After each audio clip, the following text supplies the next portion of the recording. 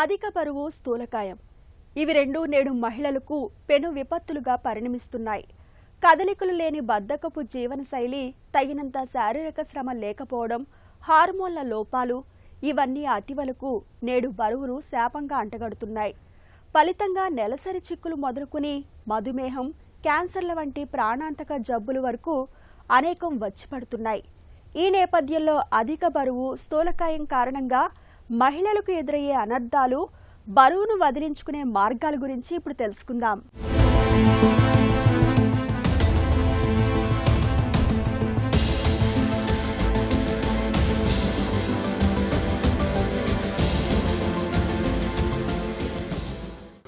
అధిక బరువు నేడు అతివల పాలిట గుదిబండగా మారుతోంది.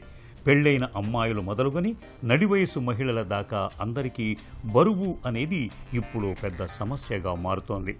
ఒకప్పటితో పోలిస్తే మహిళలకు ఇవాళ శారీరక శ్రమ బాగా తగ్గింది. మిక్సీలు, గ్రైండర్లు, వాషింగ్ మిషన్లు వంటి ఉపకరణాలు వచ్చాక వంట పనులు, ఇంటి పనులు కాస్త తేలికయ్యాయి. ఇక టీవీలు, కంప్యూటర్ల రాకతో చాలామంది గంటల తరబడి సోఫాలు, కుర్చీలకు అతుక్కుపోతున్నారు. టీవీ చూస్తూ ఏం తింటున్నామో, ఎలా తింటున్నామో కూడా గమనించలేని స్థితిలో ఉంటున్నారు చాలామంది. పనుల హడావడిలో చాలామంది ఉదయం పూట బ్రేక్ఫాస్ట్ని తీసుకోవటమే మర్చిపోతున్నారు. వీటికి తోడు పీసీఓడి, థైరాయిడ్ లోపాలు, హార్మోన్ ఇంబ్యాలెన్స్ వంటి సమస్యలు మహిళల బరువుకి మరింతగా ఆజ్యం పోస్తున్నాయి. అధిక బరువు, స్థూలకాయం అన్నదండి మన జీవనశైలిలో మార్పు రావడం వల్ల జరుగుతుందండి. ఇప్పుడిప్పుడు మనం చూస్తే కనుక మునుపటిలాగా అందరూ ఇళ్లలో భోజనం చేయట్లేదు. వారాంతం వస్తే అందరూ హోటళ్ళకే వెళ్ళిపోతున్నారు. పొద్దున్న టిఫిన్ కావాలి అంటే ఏదో ఓట్స్ తింటున్నాము, ఇంకోటి తింటున్నాము అని తినేసి సగం తిని తినకుండా టైం లేదు హడావిడిగా వెళ్ళిపోవడము, మధ్యాహ్నం భోజనం ఏదో ఆర్డర్ చేసేసుకోవడము, ఇవన్నీ ఎక్కువైపోయినాయండి. ఈ సమస్యల మూలంగా ఏమవుతుందంటే సమతుల ఆహారం అనేది లేదు. ముఖ్యంగా ఆడపిల్లల్లో, మగపిల్లల్లో కూడా స్థూలకాయం అన్నది చిన్నప్పటి నుంచే పెరుగుతుందండి.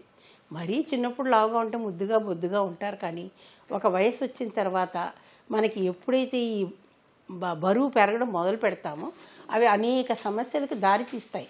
ఆ సమస్యలు వస్తాయని తెలిసి కూడా దాన్ని వాళ్ళు అవాయిడ్ చేయట్లేదండి. కాబట్టి మన భోజనంలో మార్పులు రావాలి.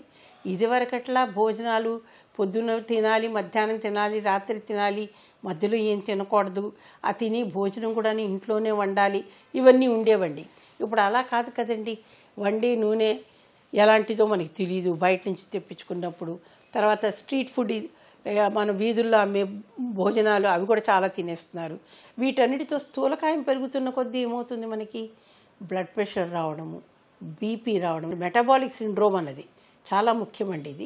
ఇది రావడము, వీటన్నిటితో పాటు సంతానలేమి సమస్య పెరగడము, ఇవన్నీ కూడా జరుగుతున్నాయండి. కాబట్టి స్థూలకాయం అన్నది మనకి ఇప్పుడు పెద్ద సమస్య అయిపోయిందండి. ముఖ్యంగా ఆడవాళ్ళలో 35%, మగవాళ్ళలో 20% వరకు అందరూ స్థూలకాయంతోనే ఉంటున్నారు. కొవ్వు పేరుకుపోవటం అనేది మహిళల్లో 2 రకాలుగా ఉంటుంది. ఇక్కడ చూడండి, ఒంట్లో పైభాగంలో కొవ్వు పేరుకున్న ఈ రకమైన శరీరాకృతిని యాపిల్ షేప్ అని, ఆండ్రాయిడ్ ఒబేసిటీ అని పిలుస్తారు. ఇక్కడ కింది భాగంలో కొవ్వు పేరుకున్న ఆకృతిని పియర్స్ షేప్ అంటే బొప్పాయి పండు ఆకృతి అని పిలుస్తారు. దీన్ని గైనాయిడ్ ఒబేసిటీ అని కూడా అంటారు. ఈ రెండింటిలో ఒంట్లో పైభాగంలో కొవ్వు పేరుకుపోయే యాపిల్ షేప్ ఒబేసిటీనే ప్రమాదకరమైందిగా చెబుతారు డాక్టర్లు. ఛాతీ, ఉదరం, పొట్ట భాగాల్లో కొవ్వు నిల్వలు పేరుకుపోవటం వల్ల కాలేయం, క్లోమం, గుండె, ఊపిరితిత్తులు, జీర్ణమండలానికి సమస్యల తాకిడి బాగా పెరుగుతోంది. ఫ్యాటీ లివర్, రక్తనాళాల్లో బ్లాకులు, ఇన్సులిన్ నిరోధకత పెరిగి షుగర్ జబ్బు రిస్క్ పెరగటం వంటి ప్రమాదకరమైన సమస్యలు ఎదురవుతున్నాయి. వీటికి తోడు ఒంట్లో హార్మోన్ల సమతూకం దెబ్బతినటంతో ఋతుచక్రంలోనూ సమస్యలు పెరుగుతున్నాయి. బ్రెస్ట్ క్యాన్సర్, ఎండోమెట్రియల్ వంటి క్యాన్సర్ల ముప్పు కూడా బాగా పెరుగుతున్నట్లు ప్రపంచవ్యాప్తంగా అనేక అధ్యయనాలు హెచ్చరిస్తున్నాయి. ఉండాల్సిన దానికన్నా ఎక్కువగా బరువు ఉన్నామని తెలిసినప్పుడు చాలామంది ముందుగా తిండిని బాగా తగ్గించేస్తూ ఉంటారు. ఒక పూట మానేసి డైటింగ్ మొదలు పెడుతూ ఉంటారు. డైటింగ్ నియమాలతో బరువును తగ్గించుకోవటం సాధ్యమే. అయితే పొట్టను మార్చుకుని రుచుల్ని చంపుకుని డైటింగ్ చేసి బరువును అదుపులోకి తెచ్చుకున్న తరువాత చాలామంది తిండి విషయంలో క్రమశిక్షణను మర్చిపోతుంటారు. దీంతో తిరిగి యథావిధిగా బరువు పెరిగిపోతుంటారు. బరువును అదుపులో ఉంచుకునేందుకు అన్నాన్ని మానాల్సిన పని లేదు. కఠినమైన పథ్యాలు కూడా అవసరం లేదు. తిండిని బాగా తింటూనే బరువు తగ్గటానికి ప్రయత్నించాలి. వేళకు తినాలి. బ్రేక్ఫాస్ట్ని తప్పకుండా తీసుకోవాలి. ఆహారంలో ఆకుకూరలు, కాయగూరలు, తాజా పండ్లు, మాంసకృత్తులు, పీచు పదార్థాలు తగినంతగా ఉండేలా చూసుకోవాలి. పిండి పదార్థాలు, నూనె పదార్థాలు, బేకరీ ఐటమ్స్ని బాగా తగ్గించాలి. బరువును వదిలించుకునేందుకు ఏరోబిక్ వ్యాయామాలు చేయటం మేలు. చాలామంది అనుకుంటారు బియ్యం మానేస్తే లేకుంటే తిండి మానేస్తే తగ్గిపోతామని. తగ్గమండి. 3 పూట్లు తినాలి, కానీ తినే భోజనంలో మనం మార్పులు చేసుకోవాలి. నూనె తక్కువగా ఉండేలా చూడాలి. చక్కెర అన్నది దగ్గరికే రాకుండా ఉండేలా చూసుకోవాలి. అన్నం అన్నది తినొచ్చండి, తప్పు లేదు. మనలో అన్నం తినకూడదు, బియ్యం తినకూడదు అనేది ఎక్కడా లేదండి. కానీ దాని మోతాదు తగ్గించాలి. మామూలుగా ఏం చేస్తాం, మనం చాలా అన్నానికి కొంచెం కూర తింటాం. అలా కాకుండా ఎక్కువ కూరకి కొంచెం అన్నం తినడం అలవాటు చేసుకుంటే ఆటోమేటిక్గా తగ్గిపోతాం. తర్వాత మనకి వ్యాయామం అన్నది చాలా తగ్గిపోయింది.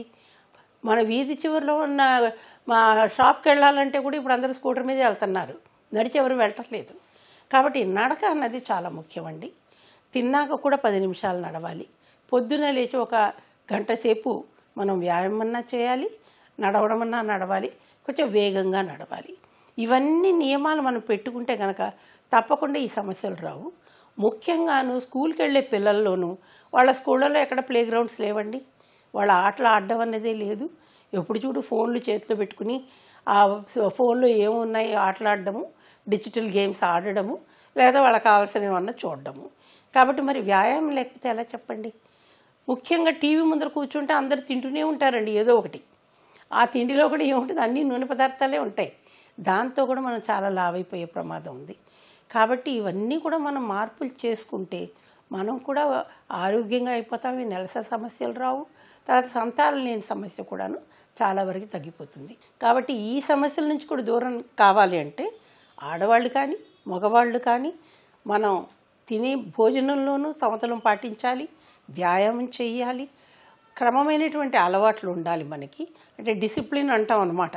డిసిప్లిన్డ్ లైఫ్ లీడ్ చేస్తే ఈ సమస్యలన్నీ రాబట్టి.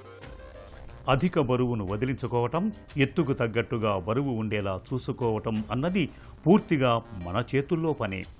బరువు విషయంలో మీరే మీ డాక్టర్. ఆహారపరమైన నియమాలు, వ్యాయామం, వైద్య సహాయం, మన ఆలోచన విధానం, ఈ 4 అంశాలని సమన్వయపరుచుకుంటే చాలు. బరువును అవలీలగా మన అదుపులోకి తెచ్చుకోవచ్చు. విటమిన్ ఎం అంటే మోటివేషన్. ఎలాగైనా బరువును వదిలించుకోవాలన్న గట్టి సంకల్పం తీసుకోవాలి. పీసీఓడి, థైరాయిడ్, హార్మోన్ల హెచ్చుతగ్గులు ఉన్నప్పుడు డాక్టర్ని సంప్రదించి తగిన వైద్య సహాయం పొందాలి. ఇంట్లో తప్పనిసరిగా బరువును తూచే యంత్రాన్ని ఉంచుకోవాలి. తరచూ బరువును పరిశీలించుకుంటూ ఉండాలి.